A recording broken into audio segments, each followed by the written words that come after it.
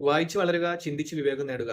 പി.എൻ. പണിക്കരുടെ ചരമവാർഷികത്തോടനുബന്ധിച്ചിട്ടാണ് നമ്മൾ വായനാ ദിനം ജൂൺ 19 നമ്മൾ ആഘോഷിക്കുന്നതും അതിനോടനുബന്ധിച്ചിട്ടുള്ള കാര്യങ്ങളൊക്കെ പിന്നീട് ഉണ്ടായതും.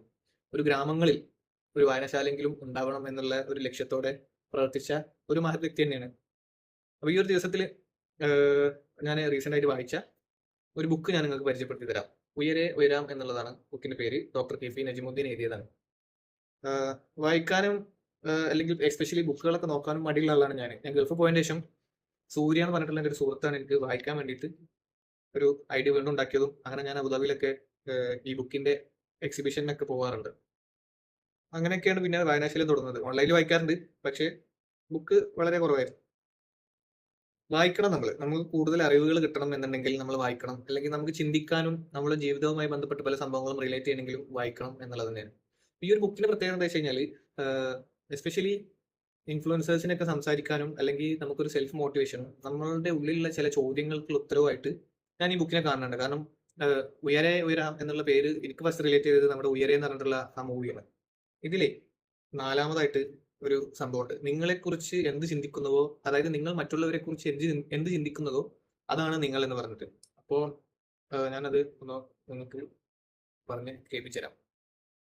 ഇതിൽ എനിക്ക് ഇഷ്ടപ്പെട്ടുള്ള ഒരു ഇതെന്താ വെച്ച് കഴിഞ്ഞാൽ, നിങ്ങളുടെ ചിന്തകളാണ് നിങ്ങളെ നിർണ്ണയിക്കുന്നത്. ഉയർന്ന ചിന്തകൾ ഒരു വാനരനെ പോലും ദൈവമാക്കും എന്നുള്ളതാണ്. അതായത് നമ്മളെപ്പോഴും വ്യക്തികളിൽ നല്ല സ്വഭാവങ്ങൾ കാണുന്നില്ല.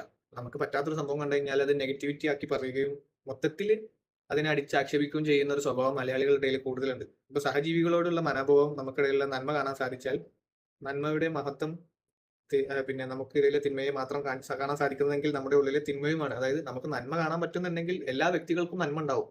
നമ്മൾ ചിന്തിക്കണ പോലെ തന്നെ അല്ലെങ്കിൽ നമ്മൾ ആഗ്രഹിക്കണ പോലെ തന്നെ എല്ലാ വ്യക്തികളും ആവണമെന്നൊന്നും നമുക്ക് ചിന്തിക്കാൻ പറ്റില്ല. എനിക്കൊരു നന്മ ഉണ്ടാവും, പക്ഷെ എനിക്ക് ഒരുപാട് ബുദ്ധിമുട്ടുകളും തിന്മകളും എൻ്റെ ഉള്ളിലുണ്ടാവും. അതേപോലെ നിങ്ങൾക്ക് ഒരുപാട് നന്മകൾ ഉണ്ടാവും. അപ്പോൾ നമ്മൾ നന്മനെ കാണാൻ ശ്രമിക്കുക എന്നുള്ളതാണ് കൂടുതലും. അപ്പൊ ഈ ബുക്ക് ഞാൻ എൻ്റെ സുഹൃത്തിന് വേണ്ടിയിട്ട്, സൂര്യക്ക് വേണ്ടിയിട്ട് അയച്ചു കൊടുക്കുകയാണ്. ഞാനിത് വായിച്ചിട്ടുണ്ട്, എനിക്ക് ഒരുപാട് ഇഷ്ടമായി. അതുകൊണ്ടാണ് ഞാൻ റെക്കമെൻഡ് ചെയ്യുന്നത്. ഒരു വേദിയിൽ പ്രസംഗിക്കാനും നമുക്ക് നമ്മളുടെ ഉള്ളിനോട് ചോദിക്കാൻ കുറച്ച് ചോദ്യങ്ങളും നമുക്ക് ചിന്തിക്കാനും താല്പര്യം ഉണ്ടെങ്കിൽ ഈ ബുക്ക് നമുക്കൊന്ന് വായിച്ചു നോക്കാം. ഞാനിതിന്റെ ലിങ്ക് വേണമെന്നുണ്ടെങ്കിൽ ഷെയർ ചെയ്ത് തരാം. വായനാ ദിനം അല്ലെങ്കിൽ വായിച്ചു വളരണം എന്നുള്ളത് ഇക്കാലത്ത് എല്ലാവരും ശ്രദ്ധിക്കേണ്ട ഒരു കാര്യം തന്നെയാണ്. അതൊരു പ്രധാനപ്പെട്ട സംഭവം തന്നെയാണ് വായന എന്നുള്ളത്. വായനാ ദിനത്തിൽ എനിക്ക് നിങ്ങളോട് പറയണം എന്ന് തോന്നി. അല്ലാതെ ഞാൻ ആദ്യമായിട്ടാണ് ഒരു ബുക്ക് കൊണ്ട് ഒരു ഇതിൽ വരുന്നത്. ബുക്ക് ഫെസ്റ്റിനൊക്കെ പോകും, അവിടുന്ന് റീൽസും സംഭവങ്ങളൊക്കെ ഇടുന്നല്ലാതെ ബുക്ക് കൊണ്ട് ഞാൻ ആദ്യമായിട്ടാണ് വരുന്നത്. അപ്പോൾ നമുക്ക് പറ്റുന്ന വേളകളിൽ അത് കഥയായിക്കോട്ടെ, കവിത ആയിക്കോട്ടെ, അല്ലെങ്കിൽ ആരുടെയെങ്കിലും ജീവചരിത്രക്കുറിപ്പോ യാത്രാ വിവരണങ്ങളോ എന്തായിക്കോട്ടെ, പറ്റുന്ന പോലെയൊക്കെ ഒന്ന് സമയമുള്ളപ്പോൾ വായിക്കാൻ ശ്രമിക്കാം. അത് നമ്മളിൽ നല്ല കാര്യങ്ങൾ ഉണ്ടാക്കും എന്നാണ് എനിക്ക് പറയാനുള്ളത്. Thank you.